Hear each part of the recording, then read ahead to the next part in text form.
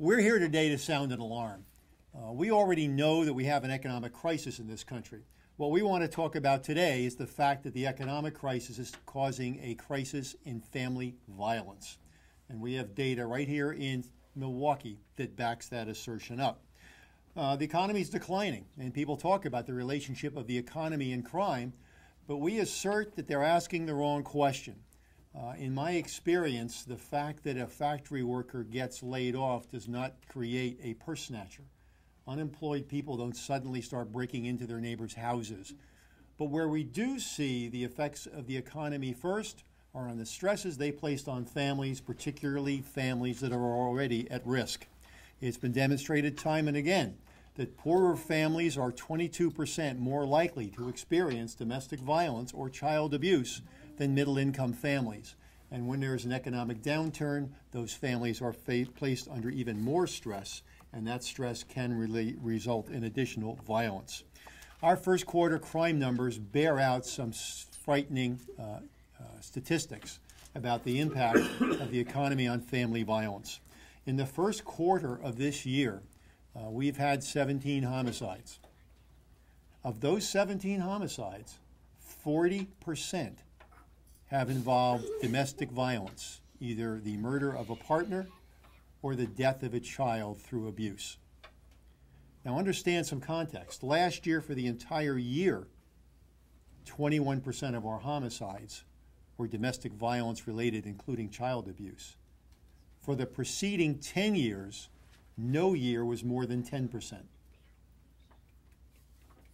We've already seen this year, in 3 months, twice the number of family violence homicides that we average over the course of 10 years. Now, you've got a graph that we provided you. It gives you an information that documents this startling and concerning trend. Now, the challenge for me as a police official is the following. We use crime mapping. We're data-driven. I can put cops on the crime dots when those dots are on the city streets. I can't put the cops inside people's houses. What we need is community engagement and involvement. Now, I've said before, public safety isn't a spectator sport, but nowhere is this more true than in aspects of family violence, where the issues first come to the attention of neighbors, extended family, and friends. People in those circumstances who are alert to stresses on families and perhaps suspicious that there's violence in those families need to step forward. And I have with me today a number of community partners who provide services that could assist people in helping their neighbors avoid family violence. Now, one of the most important tools we have to prevent child abuse is parental coaching. Parental coaching takes place right here at Heart Love. And parental coaching is part of one of President Obama's economic proposals in his upcoming budget. Parental coaching has been proved to cut by 50% instances of child abuse and neglect. And the fact is that we've got many people who, quite frankly, don't know how to parent because they didn't get a chance to learn that at home in the first place. I'm a board member of an outfit known as Fight Crime, Invest in Kids.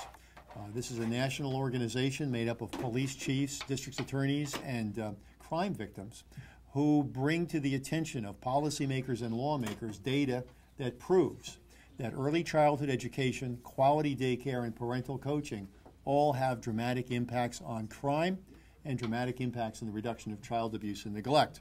As a matter of fact, just last Friday, I was part of a press conference with other major city chiefs from Los Angeles and Boston and Philadelphia, in which we drew attention to this issue, the issue that the economy is having an impact on family crime and domestic violence, and the fact that thoughtful investments in quality daycare, preschool, and parental coaching can have an impact. I strongly support these programs, and I certainly support what's being done here at Heart Love. Once law enforcement gets involved in one of these family circumstances, the damage has already been done, not only to the immediate victim of that crime, but also longitudinally. It's been well demonstrated that people who are exposed to child abuse as a young child and survive, sadly, all too often, find themselves involved with crime or other social dysfunctions. So as we focus on prevention in this economic downturn, it's very important that we as a community accept our obligation to protect not only our own children, but the children of our neighbors. You know, we often say it takes a village to raise a child. Well, in this case, it's going to take a village to save children, and those villages are our neighborhoods. I want to bring forward Mayor Tom Barrett, whose Commission on Violence and Sexual Assault has been taking the lead on the prevention of family violence for years and is certainly going to do so now. Mr. Mayor? Thank you very much, Chief, and thank you for your leadership on this issue as well. Oftentimes I stand with the Chief to talk about crime in our community, and I thank the police department for the great work that they do, and I do that again today. But I think we all recognize that this is an area where our Milwaukee Police Department really can't solve the problem. They can be there after they find out about the problem, the crisis, the beating, the death. But as the Chief said, we cannot, will not, and should not have police officers in every home in this community.